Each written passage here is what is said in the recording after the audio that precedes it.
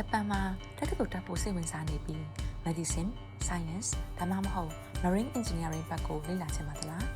ဒီနေ့တော့ Nagasaki University ကိုမိတ်ဆက်ပေးချင်ပါတယ်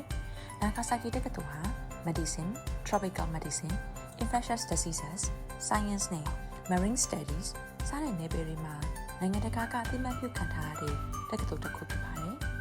ဘယ်လိုတက်ချင်တဲ့နိုင်ငံတကာကကျောင်းသားတွေအတွက်လည်း Water and Environmental Engineering,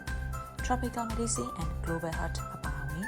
ခြားသောဘာသာရပ်တွေကိုလည်းအင်္ဂလိပ်လိုသင်ယူနိုင်တဲ့ program တွေရှိပါတယ်။ပြီးတော့တက္ကသိုလ်ရှိတဲ့ Nagasaki မြို့ကလည်းအရင်စိတ်ဝင်စားဖို့ကောင်းပါတယ်။ဂျပန်ကခြားနိုင်ငံတွေနဲ့ဆက်သွယ်မှုတွေကိုကန့်သတ်ထားခဲ့တဲ့18ရာစုကနေ19ရာစုအလယ်ပိုင်းအထိ isolation period ကာလမှာ Nagasaki မြို့ဟာနိုင်ငံခြားနဲ့ကွန်တက်ဆက်သွယ်ရမှာအရေးပါတဲ့ပင်လယ်ဆိပ်ကမ်းမြို့တစ်မြို့ဖြစ်ခဲ့ပါတယ်။ခုချိန်မှာလည်းတမိုင်းဝင်နေရာပြီးလက်ဖက်လက်တဘာဝရှုခင်းနေတဲ့ငင်းချင်းဆရာကောင်းတဲ့မြို့တစ်မြို့ဖြစ်ပါတယ်။ Nagasaki တက္ကသိုလ်ရဲ့ program တွေကျောင်းဝင်ခွင့်ပညာသင်ဆုနဲ့ student life အကြောင်းသိစိတ်သိကျင်ပြီးတက္ကသိုလ်တာဝန်ရှိသူတွေနဲ့လည်းဓာတ်ရိုက်ဆွေးနွေးမေးမြန်းချင်တယ်ဆိုရင် August လ28ရက်နေ့နဲ့29ရက်နေ့မှာကျင်းပမယ် Online Study in Japan Fair 2026 for Myanmar ကိုဖက်ဆက်တရားပြချဖို့ဖိတ်ခေါ်ပါတယ်